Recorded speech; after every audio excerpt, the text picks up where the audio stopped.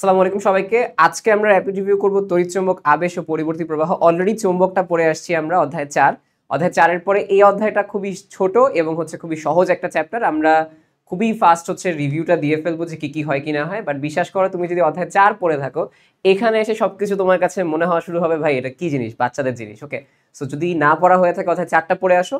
4 যদি নাও পড়ো, 5-এর অনেক কিছু বুঝতে পারবে, আমি ওইভাবে পড়াবো, ঠিক আছে? বাট 4 পড়লে সবচেয়ে বেশি ভালো। ওকে, আমরা শুরু করি। তড়িৎচুম্বক আবেশ এবং পরিবর্তী প্রবাহ। মাইন্ড ম্যাপটা দেয়া আছে এখানে কোন কোন জায়গায়, খুবই ছোট দেখছো, মাইন্ড ম্যাপও ছোট হয়ে আসছে, চ্যাপ্টার ছোট, মাইন্ড ম্যাপও ছোট।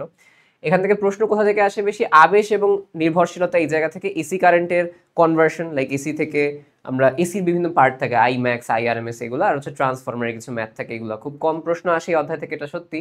বাট আসতেই পারে, আসলে এই জায়গা থেকে আসার সম্ভাবনা সবচেয়ে বেশি। আচ্ছা, চলি। আমি এই অধ্যায় শুরু করার আগে তোমাদের দুইটা কনসেপ্ট আগে শেষ করাবো। একটা তো চুম্বক কি, একটা হচ্ছে কুণ্ডলী কি। চুম্বক কি জিনিস? একটা হচ্ছে ওই যে টম এন্ড জেরিতে যেগুলো থাকে না, টান দিয়ে ওই টাইপের যেই চুম্বক থাকে, বা আমরা ছোটবেলায় যেগুলো খেলি সেই ধরনের চুম্বক চুম্বক জানি এটা। আরেকটাকে আমরা চুম্বক বলি। তোমরা আগের অধ্যায়ে পড়ে আসছিল কিনা যে তড়িৎ প্রবাহের চৌম্বক ক্রিয়া, অর্থাৎ একটা তারের ভেতর থেকে যখন কারেন্ট প্রবাহিত হয়, সেই তারের আশেপাশে কি হয়? সেই তারের আশেপাশে চৌম্বক ক্ষেত্র সৃষ্টি হয়, তাই না?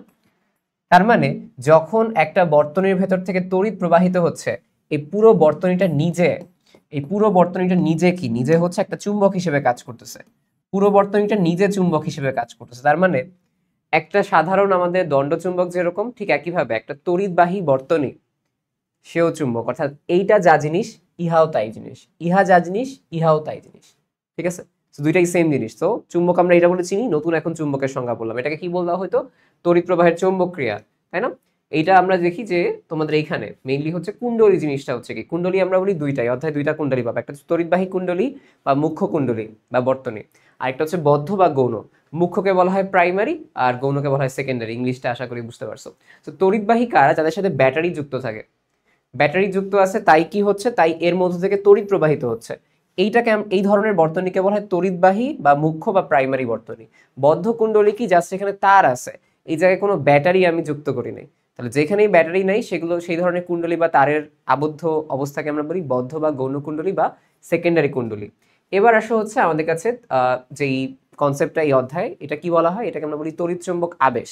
আবেশ মানে কি? চুম্বক হওয়া, তাই না? আবেশ মানে চুম্বক। এখন আবেশটা তুমি আগে ফার্স্টে বোঝো, যে একটা চুম্বক আমি নিলাম, এইটা কি ধরনের বর্তনী আমাকে বলো তো? এটা কি ব্যাটারি? না, এটা একটা গ্যালভানোমিটার। তাহলে দেখো এই যে বর্তনীটা আছে, এই যে এইখান থেকে শুরু হয়ে গোল্লা গোল্লা করে বর্তনী, এর সাথে কোনো ব্যাটারি লাগানো নাই। তার মানে এটা কি ধরনের বর্তনী? এটা একটা গৌণ গৌণ বর্তনী। আচ্ছা, গৌণ কুণ্ডলী, এর মাঝখানে কার্যত কোনো তড়িৎ প্রবাহিত নাই। কিন্তু বিজ্ঞানীরা দেখলো যে আমি যদি একটা চুম্বক নিয়ে এটার সামনে এরকম বশ করি, জাদু মন্ত্র করি, কি করতেছি?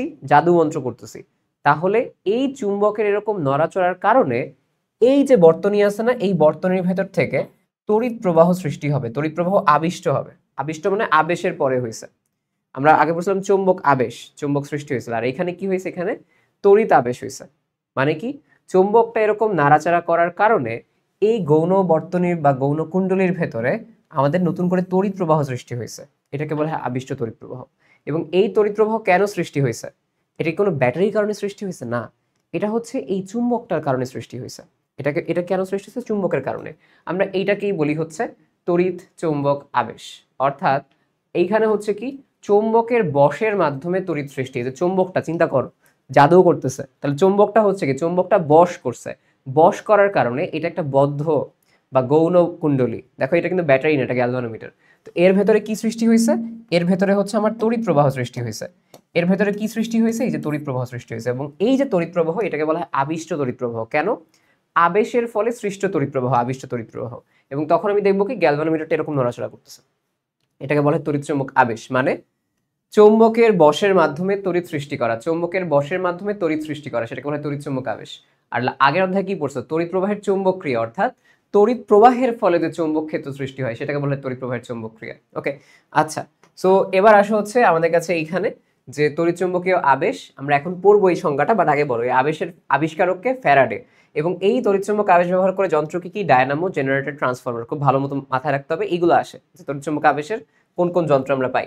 সো দেখো সংজ্ঞাটা পড়ো। চুম্বক বা তড়িৎবাহী কুণ্ডলীতে কারণে, বদ্ধ কুণ্ডলীতে যখন তড়িৎ প্রবাহ এবং ভোল্টেজ তৈরি হয়, তাকে বলা হয় তড়িৎ চৌম্বক আবেশ। এটাকে সংজ্ঞা বলা হয়। দেখো চুম্বকের কারণে বদ্ধ কুণ্ডলিতে, চুম্বকের কারণে বদ্ধ কুণ্ডলিতে আইওভি, এই যে চুম্বক, চুম্বকের কারণে বদ্ধ কুণ্ডলিতে আই, মানে যে তড়িৎ প্রবাহ হয়েছে ভিও তৈরি হবে। গেল সেকেন্ড কথা, দেখো তড়িৎবাহী কুণ্ডলীর কারণে বদ্ধ কুণ্ডলিতে আইওভি। আচ্ছা এইটাই যেন কি তড়িৎবাহী বর্তনী, এটাও কি একটা চুম্বক হিসেবে আচরণ করবে না? এটা যাহা জিনিস ইহাও তাহা, মনে আছে ইহা যাহা ইহাও তাহা, তাহলে তড়িৎবাহী বর্তনীয় চুম্বক হিসেবে কাজ করে। এখন তড়িৎবাহী বর্তনীটা হাতে নিয়ে যদি আমি এমন এমন করি, তার মানে চিন্তা করো, মাথায় চিন্তা করো এটা তড়িৎবাহী বর্তনী, এটা হচ্ছে চুম্বক একটা, তাহলে এইটা নিয়ে যদি আমি এরকম এরকম করি, তাহলে গৌণ বর্তনীর ভেতরে কি হচ্ছে, গৌণ কুণ্ডলীর ভেতরে আমার তড়িৎ প্রবাহ সৃষ্টি হচ্ছে, আবিষ্ট তড়িৎ প্রবাহ। এটাই বলছে যে তড়িৎবাহী কুণ্ডলীর কারণে বদ্ধ কুণ্ডলীতে আইওভি সৃষ্টি হচ্ছে, এটাই আসলে এটা, ঠিক আছে? যে তড়িৎবাহী কুণ্ডলীর কারণে এই কেসটা, আর চুম্বক দিয়ে সৃষ্টি করলে এই কেসটা, এটা আমরা বুঝে ফেললাম। এবার আসলে তিনটা কেসে কারেন্ট তৈরি হতে পারে, তিনটা কেসে। প্রথম কেসটা আমরা জানি যে একটা চুম্বক যদি গতিশীল এরকম রাখি, তখন হচ্ছে এই জায়গায় গৌণ বর্তনীতে তড়িৎ প্রবাহ সৃষ্টি হয়। এবং যখনই চুম্বকটা এরকম বশ করা বন্ধ করে দিচ্ছে, মানে চুম্বকটা এরকম দাঁড়ায় আছে, তখন কিন্তু আর কোনো কারেন্ট হবে না। চুম্বকটা গতিশীল থাকলে এখানে কারেন্ট তৈরি হবে। গেল এবার আসা হচ্ছে সেকেন্ড কেস, এটা হচ্ছে একটা তড়িৎবাহী বর্তনী, এটা আর এইটা সেম জিনিস। তাহলে এইটাকেও যদি আমি এরকম নড়াচড়া করি, অর্থাৎ মুখ্য বর্তনী যার মধ্যে ব্যাটারি আছে, সেই মুখ্য বর্তনীকে এরকম নড়াচড়া করলে আমার কি সৃষ্টি হচ্ছে, আবিষ্ট তড়িৎ প্রবাহ সৃষ্টি হচ্ছে। এটা দ্বিতীয় কেস। তৃতীয় কেসটা মজার। তুমি আমাকে বলো সবসময় কি এরকম নড়াচড়া করা মানে সম্ভব? হাত ব্যথা হয়ে যাবে না? তোমার কি ইয়া লাগবে না, আবিষ্ট কারেন্ট লাগবে না? তাহলে কি করতে হবে? এই জন্য আমরা আরেকটা কাজ করি। একটা কাজ কি করি, আমরা এই যে বর্তনী আছে, এই বর্তনীটাকে মুভি করি না। দেখো এখানেও কিন্তু বর্তনীটা যদি আমি স্থির রাখি, আর কোনো কারেন্ট হবে না এই জায়গায়। বর্তনী বা চুম্বক স্থির থাকা মানেই হচ্ছে কি কোনো কারেন্ট আমি পাবো না, কোনো আবিষ্ট তড়িৎ প্রবাহ পাবো না। কিন্তু তুমি চাচ্ছ যে বর্তনীটাকে স্থির রেখে তড়িৎ প্রবাহ তৈরি করতে, কি করতে হবে এর জন্য? এই জন্য আমি যে কাজটা করি, আমি সময়ের সাথে এই যে এই জায়গাতে কারেন্ট আছে না, কারেন্টের মান চেঞ্জ করে যাই, কিছু সময় 3 কিছু সময় 2, এটা করতে পারি।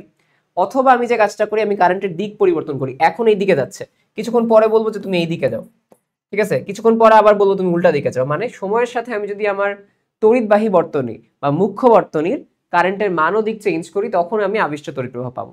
তার মানে দুইটা কেসে আমাকে গতিশীল রাখতে হয়।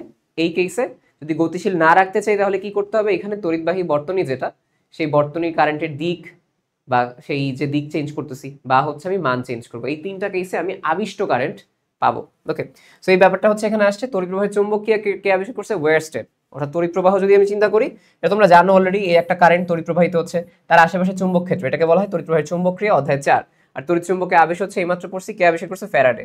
আচ্ছা এবার আসা হচ্ছে দিক কোন দিকে হবে। ধরো আমি একটা হাতে চুম্বক নিলাম, তো চুম্বকের দুইটা মেরু থাকে, সাউথ আর নর্থ। আচ্ছা, তো আমি যদি চুম্বকের সাউথ মেরুটা আনি, সবসময় মাথায় রাখবা সাউথ মানেই দক্ষিণ বা ডান, সাউথ মানেই দক্ষিণ বা ডান। আর নর্থ মানে কি? নর্থ মানে উত্তর বা বাম। নর্থ মানে কি? উত্তর। ঠান্ডা, ঠান্ডা মানে খারাপ, খারাপ মানেই বাম। ওইভাবে চিন্তা করবা।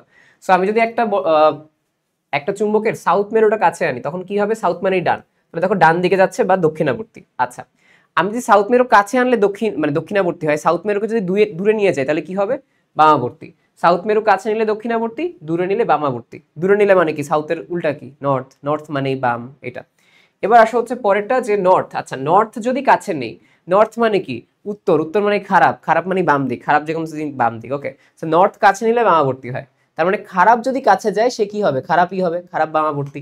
ওকে, আর নর্থ যদি দূরে নেই, মানে কি? খারাপ দূরে গেছে, খারাপ দূরে গেলে ভালো হবে, দক্ষিণাবর্তী হবে, ডানাবর্তী হবে। দেখো ডানাবর্তী, দেখো ডান দিকে ঘুরতেছে। আর নর্থ কাছে গেলে বামাবর্তী, দেখো বাম দিকে ঘুরতেছে। এই হচ্ছে কথা। তো সবকিছু আমরা এখানে একসাথে দিছি। এস কাছে গেলে দক্ষিণাবর্তী বা ডানাবর্তী, এস দূরে গেলে বামাবর্তী, বামাবর্তী। এন কাছে মানে কি? নর্থ কাছে গেছে, খারাপ হয়েছে, বামাবর্তী। এন দূরে গেছে মানে কি? ভালো কাছে আসছে, তা দক্ষিণাবর্তী বা ডানাবর্তী। এই হচ্ছে আমাদের দিক। আর কি? চুম্বক দিয়ে আমরা কিভাবে দিক পাই সেটা। এবার আসা হচ্ছে আবিষ্ট তড়িৎ প্রবাহ। এই যে আই, গৌণ বর্তনীতে যে আইটা তৈরি হয়েছে, সেই আই কার কার উপর নির্ভর করবে? ঠিক আছে, আই নির্ভর করবে কুণ্ডলীর ক্ষেত্রফল। কুণ্ডলীর ক্ষেত্রফল জিনিসটা কি? দেখো এই যে কুণ্ডলীটা আছে না, এই কুণ্ডলী, এই যে কুণ্ডলী করছি, এই কুণ্ডলীর ক্ষেত্রফলটা কেমন? কুণ্ডলীর ক্ষেত্রফল বড় হলে বেশি কারেন্ট পাবো, কুণ্ডলীর ক্ষেত্রফল ছোট হলে কম কারেন্ট পাবো। ঠিক আছে, আর কি? পাক সংখ্যা, অর্থাৎ কয়টা পাক সংখ্যা আছে এখানে? কয়টা আছে? 1টা 2টা 3টা। পাক সংখ্যা যত বেশি হবে, তত বেশি পরিমাণে আমি তড়িৎ প্রবাহ পাবো। ঠিক আছে, পাক সংখ্যা যত বেশি হবে। চুম্বকের মেরু শক্তি, অর্থাৎ আমি যে চুম্বকটা ব্যবহার করতেছি সেটা কতটা স্ট্রং, তাই না? যতটা স্ট্রং হবে তত বেশি পরিমাণে আমি তড়িৎ প্রবাহ পাবো। আর আপেক্ষিক গতি, অর্থাৎ যত বেশি দ্রুত আমি মুভ করবো, তত বেশি কারেন্ট পাবো। তাহলে একবার বলি, এখানে কি হয়েছে? ক্ষেত্রফল বেশি এই জায়গার, কারেন্ট বেশি পাবো। পাক সংখ্যা বেশি, কারেন্ট বেশি পাবো। মেরু শক্তি, স্ট্রং একটা চুম্বক ব্যবহার করব, বেশি পরিমাণ কারেন্ট পাবো। আর আমি যে হাত থেকে মুভ করতেছি, এরকম আস্তে আস্তে করলে কম কারেন্ট, বেশি জোরে জোরে করলে কি হবে? আমরা বলি বেশি কারেন্ট পাবো। ঠিক আছে, এই আমার হাতে ঘড়ি হচ্ছে নড়া শুরু করে দিয়েছে। ওকে, সেই কটাই বলছি যে এগুলা বাড়াইলে আই বাড়বে। আরেকটা কাজ করলে আই বাড়ে, কাঁচা লোহার মজ্জা ব্যবহার করলে। মানে কি, ধরো আমি এটার ভেতরে একটা কাঁচা লোহা বসাই দিয়েছি, এরকম করে একটা কাঁচা লোহা বসাই দিয়েছি, তাহলেই আমি কি পাবো, তাহলেও আমি কারেন্টটা বেড়ে যাবে। এই হচ্ছে একটা কথা, এই পাঁচটা। তো এরপর আমাদের কাছে চলে আসছে হচ্ছে চৌম্বক ফ্লাক্স। চৌম্বক ফ্লাক্স জিনিসটা হচ্ছে কি, যে একটা তলের ভেতর থেকে যে কয়টা হচ্ছে চৌম্বক ক্ষেত্র যাবে, যেরকম দেখো এখানে একটা দুইটা তিনটা, চৌম্বক ফ্লাক্স হচ্ছে 3। তো চৌম্বক ফ্লাক্স আমরা ফাই দিয়ে কি লিখতে পারি, ফাই সমান সমান বি ডট এ। এটা তড়িৎ ফ্লাক্সের মতো, তড়িৎ ফ্লাক্স কি ছিল, ই ডট এ। তাহলে চৌম্বক ফ্লাক্স কি, বি ডট এ। তাহলে বি ডট এ যদি হয় সেটা কি হবে, বি এ কস থিটা। আচ্ছা, এটা যেহেতু ডট প্রোডাক্ট, সেটা কি হবে, স্কেলার রাশি। একক কি হবে, আমি জাস্ট বি এর একক মনে রাখতে বলছিলাম, টেসলা বা উইবার পার মিটার স্কয়ার। তাহলে কি হবে, টেসলা মিটার স্কয়ার, এটা একটা হবে। আর যদি weber per meter square use করি, weber per meter square into meter square, কি হবে, উইবার। তাহলে এটা হচ্ছে একক। পূর্বের একক কি ছিল, গস সেন্টিমিটার স্কয়ার বা হচ্ছে ম্যাক্সওয়েল। এবং একটা কনভার্সন আছে, 1 ম্যাক্সওয়েল সমান 10 to the power -8 weber. Okay, 1 Maxwell 10 to the power -8 weber, এটা মাথায় রাখবা। এবার আসো হচ্ছে আমাদের কাছে যে কোন কোন অ্যাঙ্গেলে কি হয়, একটু ভালো মতো শুনো, বাংলা কথার মারপ্যাচ আছে এখানে। তোমার যদি কখনো বলে যে একটা তল এবং বি ভেক্টর সমান্তরাল পরস্পরের, একটা তল এবং বি ভেক্টর সমান্তরাল, ঠিক আছে, তোমাকে এইভাবে বলবে যে একটা তল, এই ওয়ার্ডটা দেখো, তল এবং বি ভেক্টর এরা পরস্পরের সমান্তরাল, তখন মানে কি বুঝবা, বি এবং এর অ্যাঙ্গেল কত, বি এবং এর অ্যাঙ্গেল তখন হবে 90 ডিগ্রি। একটু বলতেছি, উল্টা হবে জাস্ট কথার। তল যে জিনিসটা বলবে, ধরো তল সমান্তরাল মানে কি, তলের সাথে বি হচ্ছে সমান্তরাল মানে 0 ডিগ্রি। কিন্তু আমার এ ভেক্টর কি, এ ভেক্টর হচ্ছে তলের সাথে লম্ব, এ ভেক্টর তলের সাথে লম্ব। তাই তখন দেখা যাবে কি, আমার এই যে তল ভেক্টর এ ভেক্টর আর বি এর সাথে অ্যাঙ্গেল হয়ে যাবে 90 ডিগ্রি। জাস্ট উল্টায় দিবা, তল দেখলেই থিটা হবে উল্টা। তোমাকে যদি বলে যে কোনো একটা বস্তুর থিটা 90 ডিগ্রি, ঠিক আছে, বি এবং এ এর মধ্যবর্তী থিটা, মধ্যবর্তী কোণ 90 ডিগ্রি, তখন বলবা কি, তখন বলবা তার তল সমান্তরাল, জাস্ট উল্টা।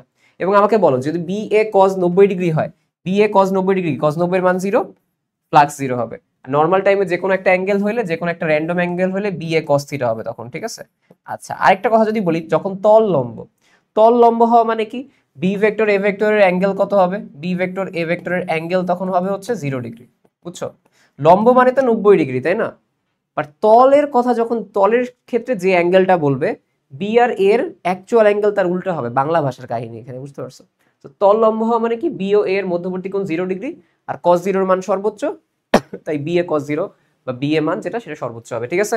আর বুঝাতে পারছি আমি তোমাকে, যখন বলবে তল সমান্তরাল, আরেকবার, তল যখন সমান্তরাল মানে কি, বি ও এর অ্যাঙ্গেল তখন 0 ডিগ্রি না, তখন হবে 90 ডিগ্রি, জাস্ট উল্টাবা। ওকে, এই হচ্ছে এখানে কথা। বাংলা কথাটা গিয়ে দেখো, বাংলা কথা আই গেস প্যাচ লাগবে না। তড়িতের ক্ষেত্রে এটা ফ্যারাডে সূত্র আসলে আমাদের বলা হয়, এই যে তড়িৎ প্রবাহ সৃষ্টি হয়েছে গৌণকুণ্ডলীতে, এটা কেন এবং কত, কেন এবং কত। তাহলে দেখো, আমরা আসলে ফার্স্টে প্রথম সূত্র এবং দ্বিতীয় সূত্র দুইটা পাই। প্রথম সূত্র আমাদের বলে তড়িৎ প্রবাহের কারণ, দ্বিতীয় সূত্র আমাদের বলে এই যে আবিষ্ট তড়িৎ প্রবাহ সৃষ্টি হয়েছে, সেই আবিষ্ট তড়িৎ প্রবাহের মান। অর্থাৎ প্রথমে জানবো যে কেন এরকম চুম্বক করলে, কেন চুম্বক নড়াচড়া করলে এই জায়গায় আবিষ্ট তড়িৎ প্রবাহ সৃষ্টি হয়। ওকে, সো আমাদের বিজ্ঞানী ফ্যারাডে বলছে যে বদ্ধ তারে ফ্লাক্সের পরিবর্তনের কারণে তড়িৎচালক শক্তি, তড়িৎচালক শক্তি মানে ভোল্টেজ, এই ভোল্টেজ সৃষ্টি হয় এবং এই ভোল্টেজ থেকেই এই আবিষ্ট তড়িৎ প্রবাহ সৃষ্টি হয়। তাহলে প্রথম সূত্র কি, কারণ, দ্বিতীয় সূত্র হচ্ছে মান। তাহলে এই যে কারণে আমাদের কাছে কি বলছে দেখো, কারণে আমাদের কাছে বলছে যে একটা বদ্ধ কুণ্ডলী আছে, এই জায়গা থেকে ফ্লাক্স মানে কি, একটা চুম্বক, এখান থেকে ফ্লাক্স গেছে, মানে বি ভেক্টর বের হয়েছে। কয়টা বি ভেক্টরের মধ্যে গেছে, একটা দুইটা তিনটা চারটা পাঁচটা, ঠিক আছে। উনি আমাদের বলছে যে এই একটা কুণ্ডলীর ভেতরে ফ্লাক্সের পরিবর্তনের কারণেই তড়িৎ প্রবাহ সৃষ্টি হয়। মানে কি, আমি জাস্ট তোমাকে এখানে একটা এক্সাম্পল দিই, তাহলে সহজ হবে। দেখো, আমি এটা মুভ করতেছি, দেখো এই যে এটা হচ্ছে আমার চুম্বক, তাহলে চুম্বকটা মুভ করলে দেখো, যখন আমি কাছে নিয়ে গেছি তখন আমার এখানে দেখো একটা দুইটা তিনটা চারটা পাঁচটা, পাঁচটা তড়িৎ ক্ষেত্র, মানে কি ফ্লাক্স পাঁচটা। দূরে নিয়ে গেছি তখন কি হয়, মাত্র একটা। কাছে নিয়ে গেছি আবার তিনটা, আবার পাঁচটা, এই দেখো পাঁচটা, এখানে প্রথম পাঁচটা, তারপর দেখো এই যে তিনটা, তিনটা ফ্লাক্স, একটা দুইটা তিনটা, তারপরে আরো দূরে নিয়ে গেলাম, হইলো একটা। তাহলে বুঝছো, আমার হচ্ছে কিন্তু এখানে ফ্লাক্সের পরিবর্তন হচ্ছে। এই জন্যই ফ্লাক্সের পরিবর্তন হইলেই, যখন ফ্লাক্সের পরিবর্তন হয় তখনই এর ভেতর থেকে কি হয়, তখন এর ভেতর থেকে তড়িৎ প্রবাহ সৃষ্টি হয়। এবং এই জন্যই তোমাদের বলছিলাম, মনে আছে যে এইটা যখন গতিশীল থাকে তখনই খালি তড়িৎ প্রবাহ হয়, যখন অফ, দেখো অফ মানে কি, এখন ফ্লাক্সের আর কোনো পরিবর্তন নাই, 1 2 3 এই তিনটাই আছে আজীবন, আর ফ্লাক্সের পরিবর্তন নাই। তার মানে যখনই এটা ভি শূন্য, তখনই ফ্লাক্সের পরিবর্তন মানে ডেল ফাই শূন্য, তখনই আর কোনো কারেন্ট নাই, এটা বলছে। এই হচ্ছে কথা, ঠিক আছে। এই একদমই সহজ কথা, এই আমি একটু নড়াচড়া তোমাদের দেখাইছি যেখানে কারেন্ট, এবং মেইনলি উনি বলছে তড়িৎচালক শক্তি বা ভোল্টেজ সৃষ্টি হয়, সেই ভোল্টেজ থেকে কারেন্ট তৈরি হয়। আচ্ছা, তাহলে এই যে ভোল্টেজ, ই কিন্তু ভোল্টেজ, ঠিক আছে, তড়িৎ চালক শক্তি। সো এই ই কার সমানুপাতিক হবে? ই হবে d∅/dt, অর্থাৎ একক সময়ে কি পরিমাণ ফ্লাক্সের পরিবর্তন তার সমানুপাতিক হবে। যত বেশি ফ্লাক্সের পরিবর্তন তত বেশি কারেন্ট। এটাই হচ্ছে আমাদের মেইনলি দ্বিতীয় সূত্র বলে, যেখান থেকে আমি তড়িৎ প্রবাহের মান জানতে পারি ই সমান কে ইন্টু d∅/dt। এখন এইটাকে বলা হয় হচ্ছে ফ্যারাডে সূত্র। ফ্যারাডে সূত্র কিন্তু তড়িৎ প্রবাহ নিয়ে বলেন ডিরেক্টলি, উনি কিন্তু তড়িৎ চালক শক্তি নিয়ে বলছে। আর তোমাকে যখন বাংলা কথা বলবে যে এই তড়িৎ চালক শক্তি থেকে কি জানি, তড়িৎ প্রবাহের কারণ জানি, এটার মান থেকে কি জানি, তড়িৎ প্রবাহের মান জানি। কারণ কি, ভোল্টেজ বের করলেই রোধ দিয়ে আমি তড়িৎ প্রবাহ বের করতে পারবো, ঠিক আছে। এরপর একটা সমানুপাতিক ধ্রুবকারী ই সমান সমান কে ইন্টু d∅/dt। কে এর বদলে তোমাদের বইয়ে এন দেয়া আছে, ঠিক আছে। কেন? কেননা এই E equal to N into d∅/dt, এটা কার সূত্র? নিউম্যানের সূত্র। মানে এতটুকু ফ্যারাডে বলছে, বাট এটার যে একটা গাণিতিক রূপ দেওয়া, গাণিতিক রূপটা দিছে কি ই সমান এন ইন্টু d∅/dt বা ই সমান কে ইন্টু d∅/dt, এটা হচ্ছে নিউম্যান সাহেব দিছে, তো এটাকে বলা হয় নিউম্যানের সূত্র। গেল, তাহলে আমরা হচ্ছে ফ্যারাডে সূত্রের এই পার্টটা পড়লাম। এই যে বলছে প্রথম কি বলছে, প্রথম সূত্র ফাই এর পরিবর্তন যতক্ষণ থাকবে কারেন্ট ততক্ষণ থাকবে। ফাই এর পরিবর্তন নাই, কেন? কখন নাই? যখন বেগ শূন্য, তখন আমাদের আর কারেন্ট থাকবে না। এই হচ্ছে কথা। এবার আসলে হচ্ছে লেঞ্জের সূত্র, এটাকে বলা হয় লেঞ্জার সূত্র। আমরা এখন কি তড়িৎ প্রবাহের মান জানছি, তড়িৎ প্রবাহের কারণ জানছি, কিন্তু তড়িৎ প্রবাহের অভিমুখ কোন দিকে হবে সেটা তো একটা দেখছিলাম চুম্বকের ক্ষেত্রে, কিন্তু একটা বর্তনীর ক্ষেত্রে তড়িৎ প্রবাহের অভিমুখ কোন দিকে হবে সেটা জানার প্রয়োজন। সেটা আমাদের জানা লেন্জের সূত্র। লেন্জের সূত্র থেকে আমরা তড়িৎ প্রবাহের অভিমুখ জানতে পারি, এবং লেন্জের সূত্র শক্তির নিত্যতা সূত্র মেনে চলে। এইটাকে উপর ভিত্তি করে তড়িৎ প্রবাহের অভিমুখ জানা যায়। দিক হচ্ছে কি, তড়িৎ প্রবাহের দিক হচ্ছে এমন হবে যে তার সৃষ্টি হওয়ার কারণকে বাধা দিবে। মানে কি, লেন্জের সূত্র আমাদের বলে যে এমন দিকেই তড়িৎ প্রবাহ হবে যেন তার সৃষ্টি হওয়ার কারণকে বাধা দেয়। মানে আমি তোমাকে বলি, ধরো কেউ হচ্ছে কোনো কিছু সৃষ্টি করলো, ঠিক আছে, তড়িৎ প্রবাহ সৃষ্টি করলে একটা কারণ, এই কারণে কি হইলো, এই কারণে তড়িৎ প্রবাহ সৃষ্টি হয়েছে। এখন তড়িৎ প্রবাহ এতই খারাপ যে তাকে সৃষ্টি করলো তাকেই মেরে ফেলতে যাবে, তো দিকটা কোন দিকে হবে? দিক এমন দিকেই হবে যেন কারণটা মারা যায়। এটাকে বলা হয়েছে যে এমন ভাবে দিক সৃষ্টি হবে যেন সৃষ্টি হওয়ার কারণকে বাধা দিবে। এটাকে বলা হয় লেন্জের সূত্র। এবার আসলে আবেশের ধরনের উপর ভিত্তি করে আমরা দুই ভাগে পাই, একটা হচ্ছে স্বকীয় আবেশ এবং একটা হচ্ছে পারস্পরিক আবেশ। ওকে, স্বকীয় আবেশ এবং হচ্ছে পারস্পরিক আবেশ। স্বকীয় আবেশ পারস্পরিক আবেশ কি, এটা ধরনের উপর ডিপেন্ড করে। স্বকীয় আবেশ মানে যেখানে একটা মাত্র বর্তনী থাকবে, আর পারস্পরিক আবেশ মানে যেখানে দুইটা বর্তনী। স্বকীয় মানে কি, একা, তাহলে একটা বর্তনী। পারস্পরিক মানে কি, পরস্পর, মানে দুইজন, তাহলে এটা হচ্ছে দুইটা থাকবে। স্বকীয় আবেশে কি হয় বলি, একটা বর্তনী। তাহলে আমাকে বলো এখানে কিভাবে তড়িৎ প্রবাহ সৃষ্টি হবে? এখানে তড়িৎ প্রবাহ সৃষ্টি হবে যদি আমি চৌম্বক নিয়ে নড়াচড়া করি, তাহলে চৌম্বক আছে আর একটা বর্তনী আছে, স্বকীয় আবেশ। পারস্পরিক আবেশ কি হবে, যদি এমন হয় যে আমার একটা বর্তনী, সেটা আমি নড়াচড়া করতেছি, কিংবা সেই একটা বর্তনীর মান ও দিক চেঞ্জ করতেছি, এটা যদি হয়, তখন আমার এই যে বর্তনীটা আছে, এই বর্তনী অর্থাৎ গৌণ বর্তনী বা গৌণ কুণ্ডলিতে যে আবিষ্ট তড়িৎ প্রবাহ সৃষ্টি হবে। আবিষ্ট কেন বলতেছি বুঝতে পারতেছো তখন, আবেশের কারণে সৃষ্টি হয়েছে, তাহলে আবিষ্ট তড়িৎ প্রবাহ সৃষ্টি হবে, এটাকে বলা হয় পারস্পরিক আবেশ। আমরা কি জানি, যত বেশি ফ্লাক্স হবে, মানে যত বেশি ফ্লাক্সের পরিবর্তন তত বেশি কারেন্ট, যত বেশি ফ্লাক্সের পরিবর্তন তত বেশি কারেন্ট, তাই না? আগেও কি দেখছিলাম, যত বেশি ফ্লাক্সের পরিবর্তনের হার তত বেশি পরিমাণে কি ছিল, তত বেশি পরিমাণে তড়িৎ চালক শক্তি ছিল, তাই না? এই হচ্ছে কথা। তাহলে আমরা কি জানি, যত বেশি ফ্লাক্স হবে, যত বেশি পরিবর্তন হবে ফ্লাক্সের, তত বেশি পরিমাণ কারেন্ট। এটা তো এরপরে এইখানের ক্ষেত্রে আমরা কি বলি, একটা সমানুপাতিক ধ্রুবকানী ফাই সমান সমান এলআই। এল মানে কি, লোনলি। লোনলি মানে একা, তার মানে এটা কি হবে, এটা হবে স্বকীয় আবেশ গুণাঙ্ক। লোনলি মানে কি, এক, লোনলি, একা, তাহলে এটা এল কে বলা হয় স্বকীয় আবেশ গুণাঙ্ক। আর এইখানে সমানুপাতিক ধ্রুবক কি, এম। এম মানে কি, মিউচুয়াল, পারস্পরিক, তাহলে এটাকে বলা হয় পারস্পরিক আবেশ গুণাঙ্ক। তাহলে ঠিক আছে, এখান থেকে আমরা কি জানছি, ফাই প্রপোর্শনাল টু আই, যেটা তোমরা অলরেডি এমনিও জানো, phi equal to L I, phi equal to M I. So L কখন, একা, একটা বর্তনী, এম কখন, দোকলা, দুইটা বর্তনী। এই হচ্ছে কথা। এবার আস হচ্ছে আমরা একটা ফ্যারাডের সাথে সম্পর্ক করবো। আমরা ফ্যারাডে কি জানি, ই প্রপোর্শনাল টু d∅/dt, তাই না, যে ফ্লাক্সের পরিবর্তনের হার, এটা সমানুপাতিক। আচ্ছা, এবং এই সূত্র থেকে আমরা কি জানছি যে ফাই প্রপোর্শনাল টু আই বা d∅ প্রপোর্শনাল টু di, লিখতে পারি না আমরা, লিখতে পারি। এখন দুইটাকে কম্বাইন করা, আমি d∅ এর জায়গায় di বসাই দিই। দেখো d∅ যে জিনিস, d∅ যাহা, d∅ যেই কথা, d∅ যাহা, এই দেখো d∅/di প্রপোর্শনাল যেত, তাহলে d∅ এর জায়গায় আমি di-টা বসাবো, d∅ এর জায়গায় কি বসাবো, di-টা বসাবো, তাহলে কি হবে, ই প্রপোর্শনাল টু di/dt। এখানে আমরা একটা সমানুপাতিক ধ্রুবক আনলাম, ই সমান k ইন্টু di/dt। এই কেটা কি, এই কেটাই যে লোনলি বা মিউচুয়াল, এটারই মান, ঠিক আছে। এই কে হচ্ছে কি, হয় লোনলি হবে বা মিউচুয়াল হবে। লোনলি কখন হবে, যদি একটা বর্তনী থাকে। মিউচুয়াল কখন হবে, যদি ডাবল বর্তনী থাকে। তাহলে এবার আমাকে বলো এই কে, বা তুমি বলবা যে এটাকে কি বলা হয়, এটাকে বলা হয় আবেশ গুণাঙ্ক, ঠিক আছে। এই জিনিসটাকে কি বলা হয়, আবেশ গুণাঙ্ক, তাই না। স্বকীয় আবেশ হলে স্বকীয়, আর পারস্পরিক আবেশ হলে পারস্পরিক আবেশ গুণাঙ্ক। এর একক কি হবে, এর এককটা হচ্ছে আমাকে ফার্স্টে বুঝাও। এককটা তুমি জাস্ট বের করে ফেলো, আমি জাস্ট তোমাকে এখানে বের করি। কে সমান কি হবে ভাই, কে সমান সমান এই সেরে নাও, ই ইন্টু ডিটি বাই হচ্ছে ডিআই। তাহলে ই কিসের একক? ভোল্টের। তাহলে এই দেখো ভোল্ট, ডিটি টি কি? ডিটি হচ্ছে সেকেন্ড, আচ্ছা আই হচ্ছে কি? অ্যাম্পিয়ার। তাহলে কে বা এই পারস্পরিক আবেশ গুণাঙ্কের একক কি? ভোল্ট সেকেন্ড পার অ্যাম্পিয়ার, বা আমরা ব্যবহারিক একক এটা ইউজ করি হেনরি। তাহলে এইটা হচ্ছে কি? পারস্পরিক আবেশ গুণাঙ্ক এল বা এম, এদের একক কি? হেনরি, বা কি? ভোল্ট সেকেন্ড পার অ্যাম্পিয়ার। কিভাবে বের করছে? এই সূত্র থেকে। তাহলে তোমাকে কোন সূত্র মাথায় রাখতে হবে? মাস্ট তোমাকে অবশ্যই হচ্ছে এই যে এই সূত্রটা মাথায় রাখতে হবে, ঠিক আছে? তারপর হচ্ছে এই সূত্রটা মাথায় রাখতে হবে, আর ওই যে তড়িৎ, ওই যে সূত্রটা বলছি ওইটা, এই তিনটা সূত্র মাথায় রাখলে এখানে মোটামুটি হয়ে যাবে, ঠিক আছে? এই হচ্ছে আমাদের কাছে এখানে কথা। এবার চলে আসা হচ্ছে স্বকীয় আবেশ কার কার উপর নির্ভর করবে? কুণ্ডলীর প্রস্থচ্ছেদের ক্ষেত্রফল, অর্থাৎ ওই যে কুণ্ডলীটা তার ক্ষেত্রফলটা কেমন প্রস্থচ্ছেদের মাঝে, ঠিক আছে? জিনিসটা কিরকম হয়? জিনিসটা হচ্ছে এই যে এরকম, অর্থাৎ এই জায়গার ক্ষেত্রফলটা কেমন আছে। কুণ্ডলীর আকার, কুণ্ডলীটা দেখতে কিরকম, ছোট সাইজের নাকি হচ্ছে কুণ্ডলীটা অনেক বড়? বড় হইলে বেশি হবে। পাক সংখ্যা, পাক সংখ্যার উপর নির্ভর করে, অর্থাৎ দুইটা পাক নাকি হচ্ছে অনেকগুলা পাক আছে। বেশি পাক হইলে বেশি কারেন্ট, মনে আছে তোমার যে বেশি পাক হলে বেশি কারেন্ট, বেশি আকার। তারপরে হচ্ছে আমরা বলি যে প্রস্থচ্ছেদের ক্ষেত্রফল সেটা। আর হচ্ছে মাধ্যমের প্রবেশ্যতা, অর্থাৎ আমি কোন মাধ্যমে এই কাজটা করতেছি সেই মাধ্যমের মিউ এর উপর নির্ভর করবে। আচ্ছা, পারস্পরিক আবেশ কি? গৌণ কুণ্ডলীর পাক সংখ্যা। দেখো আমি কিন্তু গৌণটাকে হাইলাইট করে দিছি, মানে দেখো পারস্পরিক আবেশে কিন্তু দুইটা কুণ্ডলী থাকে, দুইটা কুণ্ডলী থাকে। দেখো একটা কুণ্ডলী, দুইটা কুণ্ডলী, কার উপর নির্ভর করবে? এই যে গৌণ কুণ্ডলীটা আছে এই গৌণ কুণ্ডলীর উপর নির্ভর করবে, ঠিক আছে? আচ্ছা, আর কার উপর নির্ভর করবে? কুণ্ডলী দ্বয়ের দূরত্ব, দুইটা কুণ্ডলী আছে কতটুকু দূরত্বে আছে তার উপর নির্ভর করবে। বেশি দূরত্বে থাকলে কম আবেশ, কাছে থাকলে বেশি আবেশ। কুণ্ডলী দ্বয়ের আপেক্ষিক অবস্থান সেম, দূরত্ব বা আপেক্ষিক অবস্থান সেম, কথাই মনে রাখতে পারো। আর হচ্ছে কুণ্ডলী দ্বয়ের আকার, এই যে এটার মতো, যে কতটুকু সাইজে, বেশি বড় সাইজের হলে বেশি বড় আবেশ হবে। এগুলো তোমরা পড়ে আসছো, একদম লজিক্যাল কথাবার্তা। নির্ভরশীলতা হচ্ছে আমরা এখানে শেষ করতে পারছি। এবার আসা হচ্ছে রূপান্তরক বা ট্রান্সফরমার। এটা কার ব্যবহার? পারস্পরিক আবেশ, এই যে মাত্র বললাম দুইটা কুণ্ডলীর যে আবেশ বলছিলাম, তাহলে পারস্পরিক আবেশের ব্যবহারে আমরা কি পাই? রূপান্তরক বা ট্রান্সফরমার। কি রূপান্তর করে একটু বোঝো। আমাদের যেই বিদ্যুৎ কেন্দ্র থাকে সেই বিদ্যুৎ কেন্দ্রে হাই ভোল্টেজে বিদ্যুৎটা ট্রান্সফার করতে হয়। কেন জানো? হাই ভোল্টেজে পরিবহন করতে হয়, কারণ হাই ভোল্টেজে পরিবহন না করলে বেশি অপচয় হবে, বিদ্যুৎটা নষ্ট হবে বেশি। তাই কি করে? তাই হচ্ছে হাই ভোল্টেজে বিদ্যুৎটাকে ট্রান্সফার করা হয়, যেমন প্রায় 11,000 ভোল্টেজে। কিন্তু এই ভোল্টেজে যদি তোমার বাসার মধ্যে বিদ্যুৎটা চলে যায় এত ভোল্টেজে, 11,000 ভোল্টেজ বা তারও বেশি, বাসার সবকিছু পুড়ে যাবে, নষ্ট হয়ে যাবে। এই জন্য কি করতে হয়? বাসার আশেপাশে থাকে ট্রান্সফরমার।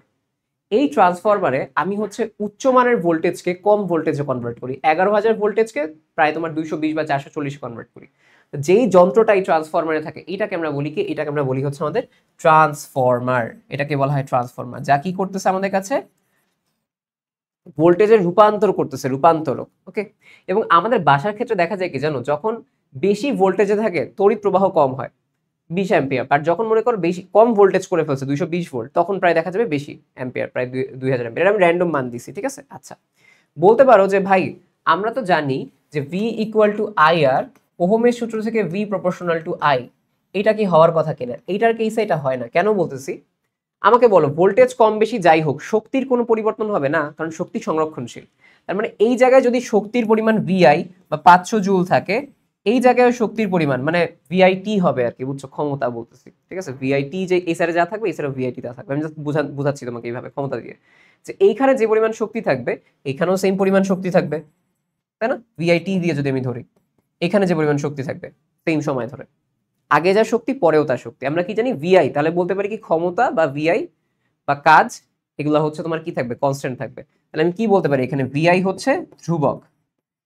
পিভি সমান সমান একটা সূত্র ছিল ধ্রুবক, মনে আছে? বয়েলের সূত্রে P inversely proportional to V. ওরকম ভাবে ভিআই ধ্রুবক হলে আমাদের যেই তড়িৎ প্রবাহ এবং আমাদের ভোল্ট এরা ব্যস্তানুপাতিক হবে। বুঝতে পারছো? এটা কিন্তু ওহমের সূত্র না। ওহমের সূত্রে ভি প্রপোর্শনাল টু আই, কিন্তু এখানে V inversely proportional to I. অর্থাৎ যেখানে ভোল্টেজ বেশি ওখানে তড়িৎ প্রবাহ কম, যেখানে ভোল্টেজ কম তড়িৎ প্রবাহ বেশি। জাস্ট একটা একটা ব্যস্তানুপাতিক। কেন? বুঝতে পারছো? দুই সাইডে ভিআই সেম। ভিআই যদি সেম হয় V inversely proportional to I. কেন ভিআই সেম? কারণ দুই সাইডে শক্তি সেম। ভাই ভোল্টেজ কম বেশি যাই হোক শক্তির কোনো পরিবর্তন নেই, শক্তি সেম থাকবে। এই হচ্ছে এখানে আমাদের কাছে কথা। এই জায়গা থেকে মেইনলি আমাদের কাছে আসে হচ্ছে একটা কথা, ট্রান্সফরমার দুইটাই হতে পারে। একটা কম ভোল্টেজকে বেশি ভোল্টেজে কনভার্ট করতে পারে, বেশি ভোল্টেজ থেকে কম ভোল্টেজে কনভার্ট করতে পারে। আমরা তো এইমাত্র এটা দেখলাম যে বেশি ভোল্টেজ ছিল কম ভোল্টেজে কনভার্ট করছে। এরকম ট্রান্সফরমারকে বলা হয় স্টেপ ডাউন ট্রান্সফরমার। যেই ট্রান্সফরমার বেশি ভোল্টেজ থেকে কমে যায়, স্টেপ ডাউন। ওকে, আচ্ছা। আর যেই ট্রান্সফরমার কম থেকে বেশিতে যায়, কম ভোল্টেজ বেশি ভোল্টেজে গেছে, সেটা কি? Step up.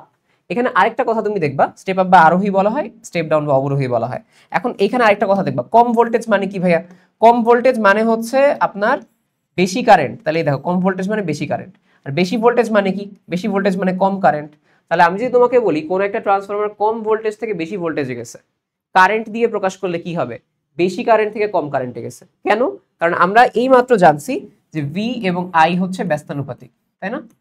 তাহলে ভি কম ভি বেশি আই, বেশি ভি কম আই, জাস্ট উল্টায় লিখলেই হবে। সেম ভাবে দেখো, বেশি ভোল্টেজ থেকে কম ভোল্টেজ, এটা কি বলা হয়? Step down. কারেন্ট দিয়ে প্রকাশ করলে কি হবে?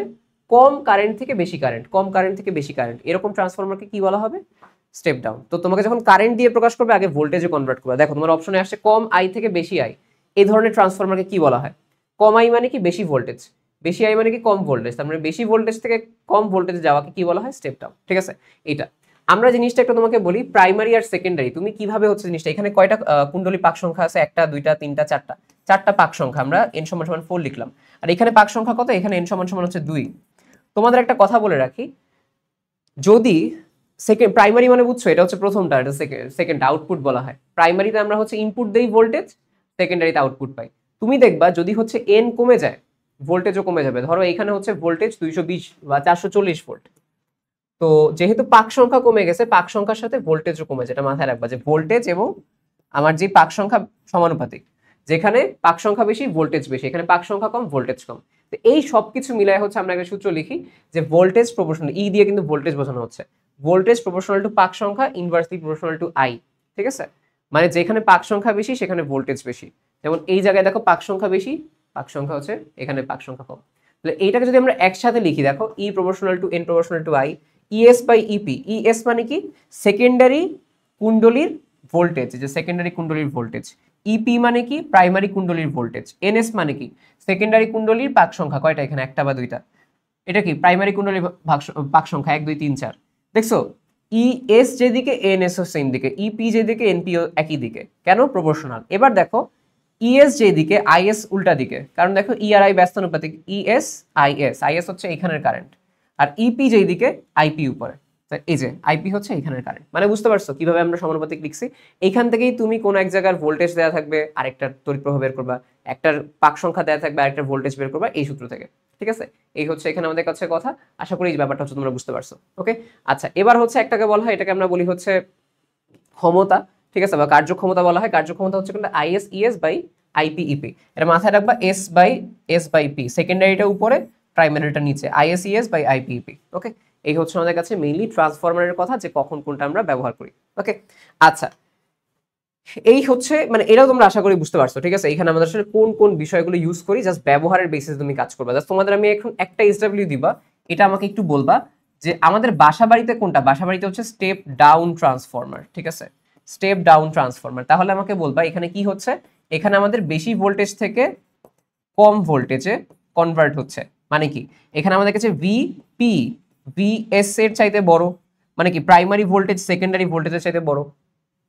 বেশি ভোল্টেজ তো বেশি মানে কি? প্রথমটা কি? প্রাইমারি, এটা হচ্ছে সেকেন্ডারি। তাহলে প্রাইমারিটা বড় ভোল্টেজ, সেকেন্ডারিটা বলো। আমাকে বলবা কোনটা হবে, এনপি গ্রেটার দেন এনএস নাকি হচ্ছে এনএস গ্রেটার দেন এনপি। এটা একটু আমাকে বলবা। এটা হচ্ছে 1 আর এটা হচ্ছে 2, বলবা কোনটা হচ্ছে বেশি হবে। ভিপি গ্রেটার দেন ভিএস, তাহলে কি প্রাইমারিতে পাক সংখ্যা বেশি হবে নাকি সেকেন্ডারিতে? সেকেন্ডারিতে পাক সংখ্যা বেশি না প্রাইমারিতে? তোমরা বলে যাও। ঠিক আছে, সমানুপাতিক যেহেতু আই গেস জানো তোমরা এখন। ঠিক আছে, এই হচ্ছে আমাদের কাছে কথা। প্রবাহ দুই ধরনের হয়, একটা হচ্ছে ডিসি কারেন্ট, একটা এসি কারেন্ট। ডিসি হচ্ছে কোনটা? সরাসরি প্রবাহ। ডিসি কারেন্ট এমন কারেন্ট যার দিক পরিবর্তন হয় না, মান চেঞ্জ হতে পারে। আবার বলি, ধরো আমি এইদিকে একসময় 5, একসময় 7, একসময় 8, এরকম ভাবে পরিবর্তন হচ্ছে কারেন্টের মান, কিন্তু আমার দিকের কোনো চেঞ্জ হয় নাই। তো যে সকল তড়িৎ প্রবাহের দিক চেঞ্জ হয় না, একদম একই দিকে থাকে সব সময়, মান যে কোনো কিছু হইতে পারে, তো এটাকে বলা হয় ডিসি প্রবাহ। বাট বেশিরভাগ সময় মানও চেঞ্জ হয় না, বেশিরভাগ সময় মানও চেঞ্জ হয় না। মান চেঞ্জ হলেও ডিসি কারেন্ট থাকতে পারে। ডিসি মানে কি? ডিরেক্ট একই দিকে থাকবে। এসি মানে কি? যারা দিক পরিবর্তিত হয়, সময়ের সাথে অভিমুখ চেঞ্জ হয়। ধরো কারেন্ট এক সময় এদিকে যাচ্ছে, কারেন্টের সময় এদিকে যাচ্ছে, কিছুক্ষণ পরে দেখা যাবে কারেন্ট এক সময় এদিকে যাচ্ছে, উল্টা দিকে। ঠিক আছে, এটাকে বলা হয় কি? এটাকে বলা হয় এসি কারেন্ট। আচ্ছা, তো এখন আমাদের কাছে আসে হচ্ছে যে যেই সকল যন্ত্র যান্ত্রিক শক্তিকে তড়িৎ শক্তিতে কনভার্ট করে তাকে আমরা বলি কি? তাকে আমরা বলি হচ্ছে ডায়নামো। ওই যে বলা হয় না ডাইনামিক, ওই যে কিছু কিছু আমরা যন্ত্র দেখছিলাম না, এরকম ইঁদুর থাকে, ইঁদুর দৌড়ায়, দৌড়াইলে হচ্ছে ঘুরে, ঘোড়া থেকে কারেন্ট তৈরি হয়। এটাকে বলা হয় যান্ত্রিক শক্তি তড়িৎ শক্তিতে কনভার্ট হলে ডায়নামো বলা হয়। ডায়নামো দুই ধরনের। যদি যান্ত্রিক শক্তি থেকে এসি কারেন্ট তৈরি হয় তাহলে এসি ডায়নামো। যান্ত্রিক শক্তি যদি ডিসি কারেন্ট, ডিসি কারেন্ট মানে ডিরেক্ট কারেন্ট, আবারও কারেন্ট বলতেছি বলার জন্য সুবিধার জন্য। ঠিক আছে, তো যান্ত্রিক শক্তি থেকে যদি ডিসি বা ডিরেক্ট কারেন্ট তৈরি হয় তখন সেটাকে বলা হয় ডিসি ডায়নামো। ওকে, এখন এসি ডায়নামো যেটা, তার গঠন আমাদের কাছে পড়তে হয়। এখানে চুম্বক আছে, আর্মেচার আছে, চাকা আছে, ব্রাশ আছে। আমি এটাকে এইভাবে দেখি। এর গঠন হচ্ছে কি আছে, এই যে পুরোটা, এটাকে আমরা বলি চুম্বক, ঠিক আছে। চাকা আছে, ব্রাশ দাঁত করে, আর হচ্ছে কি আর্ম আছে, আর্মেচার। তো দেখো কি কি দিয়ে গঠিত, চুম্বক আছে, আর্মেচার লোহা দিয়ে তৈরি। আর্ম মানে কি, বাহু, বাহুবালি, ওই যে বলা হয় না যে যুদ্ধের সময় কি লোহা ইউজ করে, তাহলে এটা হচ্ছে লোহা দিয়ে তৈরি। এটা কি দিয়ে তৈরি, এটা হচ্ছে লোহা দিয়ে তৈরি। আচ্ছা, এবার যদি বলি চাকা, চাকা কি দিয়ে তৈরি, চাকা তৈরি হবে ধাতু দিয়ে, তাই না? চাকা তৈরি হবে ধাতু দিয়ে, শক্ত হবে, চাকা ধাতু দিয়ে তৈরি হবে, তাই না? আর তোমার ব্রাশ কি দিয়ে, ব্রাশ হচ্ছে কার্বন দিয়ে। চিন্তা করো, দাঁত যে মাজি না আমরা, আমরা কি দিয়ে মাজি, ওই যে কয়লা দিয়ে মাজি, কয়লা দিয়ে দাঁত মাজি অনেকে, যারা শহরে তারা বুঝবে না। তো কয়লা দিয়ে হচ্ছে দাঁত মাজা হয়, তাহলে এই কয়লার মধ্যে কি থাকে, কার্বন থাকে, তাহলে ব্রাশ বললেই চিন্তা করবে দাঁত মাজা হয় কার্বন দিয়ে, শেষ। এবার আসা হচ্ছে যে এসি কারেন্ট, যেটা এসি কারেন্ট কি হচ্ছে, কন্টিনিউয়াসলি দেখো তার ভোল্টেজ চেঞ্জ হচ্ছে, তার মান চেঞ্জ হচ্ছে, এরকম। এসি কারেন্টে কি হয়, কারেন্টের এই যে দেখো কারেন্টের এখানে ভোল্টেজ চেঞ্জ হচ্ছে, দেখো সময়ের সাথে ভোল্টেজ চেঞ্জ হচ্ছে, আবার কিছুক্ষণ পরে তুমি গিয়ে দেখবা সময়ের সাথে মানও চেঞ্জ হচ্ছে। মানে কি, এসি কারেন্ট হচ্ছে সময়ের সাথে ভোল্টেজ চেঞ্জ হয়, সময়ের সাথে তার যে তড়িৎ প্রবাহ সেটাও চেঞ্জ হয়। তো আমরা এসি কারেন্টে গিয়ে কি দেখবো, যে সময়ের সাথে দেখো এখানে হচ্ছে ভোল্টেজ 0, আস্তে আস্তে আস্তে আস্তে বাড়লো, আবার আস্তে আস্তে আস্তে কমলো, আবার এইখানে এসে দেখো দিকটা চেঞ্জ করে দিচ্ছে, দিক চেঞ্জ করে দিচ্ছে, দেখছো? আস্তে আস্তে আস্তে আস্তে নেগেটিভ দিকে ভোল্টেজ বাড়লো, আবার আস্তে আস্তে কমলো, আবার আস্তে আস্তে জিরো হলো। এটাই হচ্ছে এসি কারেন্ট, যেখানে আমি সর্বোচ্চ কি পরিমাণ ভোল্টেজ পাই, 311 ভোল্ট। দেখো কিছু সময় এদিকে কারেন্ট যাচ্ছে, যখন এই দিকে চক্রটা আছে, যখন চক্রটা নিচে চলে গেছে তখন আবার বিপরীত দিকে পাচ্ছে। মেইন কথা হচ্ছে এসি কারেন্টে আমি সর্বোচ্চ কত ভোল্টেজ পাচ্ছি, 311 ভোল্ট, ওকে। এবং এই যে আমাদের কাছে যে কোনো মোমেন্টে তুমি বের করতে চাও যে আচ্ছা এটা একটা সাইন তরঙ্গ না, সাইন তরঙ্গ 0 থেকে স্টার্ট হয়েছে, তুমি মাপতে চাও যে ভাই আমি এই জায়গায় আমার ই কত সেটা মাপতে চাই, অর্থাৎ যে কোনো একটা সময়ে আমার ই এর মান কত সেটা মাপতে চাই, সেই ই এর মান কি হবে, E naught sine omega T. কি হবে, E naught sine omega T. E naught হচ্ছে কি, সর্বোচ্চ আমাদের সর্বোচ্চ যে বিভবটা আছে সেটা হচ্ছে ই নট, তাহলে E naught sine omega T. Sine এটার সাইন, ওমেগা কি হবে, এটার কৌণিক কম্পাঙ্ক, আর টি হচ্ছে কি কতটুকু সময় পরে মাপতে চাও, জাস্ট সূত্রটা মাথায় রাখো, ই সমান ই নট সাইন ওমেগা টি। তোমাদের মনে আছে পড়তা পর্যাবৃত্ত গতিতে এক্স সমান সমান কি ছিল, এ সাইন ওমেগা টি। এ কি ছিল, সর্বোচ্চ বিস্তার, ওরকম ভাবে এখানে সর্বোচ্চটা ইউজ করছে, ঠিক আছে। ই নটের বদলে আরেকটা সূত্র, মানে ই নটের বদলে আমরা এন এ বি ওমেগাও ইউজ করি, ঠিক আছে। N A B omega sine omega T, just মাথায় রাখা, আর কিছু লাগবে না। N A B omega sine omega T আসে কম, জাস্ট বই যেন পড়তে গিয়ে অসুবিধা না হয় যেন পড়াই দিলাম। এবার আসো এসি কারেন্টে আমরা 3টা কারেন্ট নিয়ে আলোচনা করি, কারণ দেখো কন্টিনিউয়াসলি কারেন্ট চেঞ্জ হচ্ছে, একসময় 0, একসময় সর্বোচ্চ মান, একসময় এইখানে, একসময় আবার এখানে, একসময় আবার চেঞ্জ। তাহলে আমরা আসলে যদি বলি যে এসি কারেন্ট বিক্রি করব, আমি তাহলে কিভাবে, কি নামে বিক্রি করব, কোন নামে বিক্রি করব বলতে পারতেছি না। কিন্তু তাহলে এসি কারেন্টকে যদি আমার বিক্রি করতে হয় তখন আমার কিন্তু কারেন্ট কত সেটা মান জানাইতে হবে। তো এই জন্য আমরা এসি বা এই যে এসি কারেন্ট আছে এর আমরা 3 ধরনের কারেন্ট নিয়ে কথাবার্তা বলি। একটা হচ্ছে আই গড় মান, একটা হচ্ছে গড় মান বা আই অ্যাভারেজ বলা হয়, আরেকটা বলা হয় আরএমএস, রুট মিন স্কোয়ার, বর্গমূলীয় গড় বর্গমান, ঠিক আছে। আমরা বলি হচ্ছে বর্গমূলীয় গড় বর্গমান। আচ্ছা এটাকে বলা হয় কার্যকর কারেন্ট, অর্থাৎ বাসাবাড়িতে যে কারেন্টটা আমরা পাই সেটাই হচ্ছে এটাকে বলা হয় আইআরএমএস। বাসাবাড়িতে যে কারেন্টটা পাই আসলে এটা আরএমএস বা কার্যকর মান আমরা পাই। আর একটা শীর্ষমানীয়, শীর্ষমান মানে সর্বোচ্চ যে মানটা আমরা পাবো কারেন্ট সেটা। তাহলে এই 3টা নিয়ে আলোচনা করি। এখানে আমরা একটু দেখি যে এদের মধ্যে কনভার্সন আছে, ঠিক আছে। শীর্ষমান, গড় মান এবং কার্যকর মানের মধ্যে একটা কনভার্সন আছে। তোমাকে যদি বলে যে তোমার কাছে গড় মান দেয়া আছে, তাহলে গড় মান থেকে শীর্ষ মান বের করো, কি করবা, আই অ্যাভারেজ ইনটু 1.57। তোমাকে যদি দেয়া থাকে শীর্ষমান থেকে গড় মান, শীর্ষমান থেকে উল্টা বলতেছি কেন, তোমাকে যদি বলে যে আরএমএস মান থেকে শীর্ষ মান বের করতে তোমাকে কি দিয়ে গুণ দিতে হবে, √2 দিয়ে। তোমাকে যদি বলে গড় মান থেকে শীর্ষ মান বের করতে হয়, কি দিয়ে গুণ দিতে হবে, 1.57 দিয়ে। একদম সবগুলো মুখস্থ থাকতে হবে। তোমাকে যদি বলে শীর্ষ মান থেকে তোমার আরএমএস মান বের করতে কি করতে হবে, 1/√2 দিয়ে গুণ দিতে হবে। দেখো জাস্ট উল্টায় নিয়ে যাও, এই স্যার একটা পড়লিতে হয়, 1/√2 দিয়ে গুণ দিলে আইআরএমএস পাবা। আবার তোমাকে যদি আমি বলি এটার মান 1/√2 এর মান কত, 0.707, দ্যাটস ইট। তোমাকে যদি আমি বলি শীর্ষ মান থেকে গড় মান বের করতে হবে, কি করতে হবে, 2/π দিয়ে গুণ দিতে হবে। 2/π এর মান কত, 0.637। ওকে, সো এইখানে একটা কথা আসে তোমার, আমি একটু বলি তোমাদের যে শীর্ষ মানের 70.7% কত, শীর্ষ মানের, এই দেখো শীর্ষ মানের সাথে শীর্ষ মানের যদি আমি 70.7% নেই, শীর্ষ মানের 70.7% এটা কি হবে, এটা হবে হচ্ছে এই যে আইআরএমএস, ঠিক আছে। শীর্ষ মান তো সবচেয়ে বেশি। আর যদি শীর্ষ মানের 63.7% নেই, তাহলে এইটা কি হবে, এটা হবে আই অ্যাভারেজ, বুঝতে পারছো। তাহলে শীর্ষ মান, সর্বোচ্চ মান তার 70.7% আরএমএস মান, শীর্ষ মানের 63.7% কত? গড় মান। আচ্ছা, আরএমএস মানকে কার্যকর মান বলা হয়, আপাত মান বলা হয়, অনেকগুলো নাম আছে। আকৃতি গুণাঙ্ক বলে একটা কথা আছে। আরএমএস মান এবং অ্যাভারেজ মান এদের অনুপাতকে বলা হয় আকৃতি গুণাঙ্ক, যার মান হচ্ছে 1.11। একটা জিনিস তোমাদের বলে রাখি, আমাদের গড় মান হিসাব করা হয় অর্ধচক্রে। তোমাকে প্রায়ই বলবে গড় মান কিভাবে হিসাব করা হয়? অর্ধচক্রে হিসাব করা হয়। মানে কি, এই এতটুকুর মধ্যে গড় মান হিসাব করা হয়। পুরোটার মধ্যে গড় মান হিসাব করতে গেলে জিরো আসবে। কেন? কারণ এখানে পজিটিভ, এখানে নেগেটিভ, পুরোটাই যদি গড় করতে চাও জিরো আসবে। তো এই জন্য আমরা কি করি, অর্ধচক্রে এর মাঝখানে যে গড় মান সেটা হিসাব করি। ঠিক আছে, এই হচ্ছে আমাদের কাছে এখানে কথা। ক্ষমতা আই স্কোয়ার আর, এখানে আমরা কোন আই ইউজ করব? আই আরএমএস টা ইউজ করব। ঠিক আছে, কোন আইটা ইউজ করব? আরএমএস টা ইউজ করব। কোন ভি ইউজ করব? আরএমএস বেগ ইউজ করব, মানে আরএমএস ভি মানে হচ্ছে আরএমএস বিভবটা ব্যবহার করব। জাস্ট লাস্ট প্রশ্ন, কোন কারেন্ট কোনটা হচ্ছে বেশি খারাপ, ডিসি নাকি এসি? তোমাকে যদি আমি বলি ডিসি 220 ভোল্ট হচ্ছে বেশি খারাপ, নাকি হচ্ছে এসি 220 ভোল্ট বেশি খারাপ, উত্তরটা কি? আমি তোমাদের হচ্ছে সময় দিব, তোমরা হচ্ছে কমেন্ট করে ফেলো ভাই কোনটা খারাপ, কেন খারাপ। 1 2 পজ করো, 1 2 3 4 5 শেষ। খারাপ হচ্ছে কোনটা? খারাপ এসি 220। কেন? কারণ এসি 220 যদিও বলে, এসি 220 মানে কি, যে এর ভি আরএমএস অর্থাৎ এসি কারেন্টেরও তো আরএমএস মান আছে ভোল্টেজের, এটার মান 220। তাহলে তুমি যদি ভি ম্যাক্স চাও, সর্বোচ্চ ভোল্টেজ, সেটার মান হয়ে যাবে 311 ভোল্ট। এবং তোমার এটা হচ্ছে কিছু গুপ্তচরের মতো, তোমাকে বলছে 220 বলে তোমাকে 311 ভোল্টের শক দিয়ে দিবে, তুমি মরে যাবা। কিন্তু এইটা কি, এটা তোমাকে 220 বলছে, ও 220ই থাকবে, মানে ও যা বলছে সেই কথা রাখছে। আর এ সেই কথা রাখে নাই, 220-এর জায়গায় 311 ভোল্ট দিয়ে দিচ্ছে, অর্থাৎ 220 বলে সে 311 ভোল্টের শক খাবে।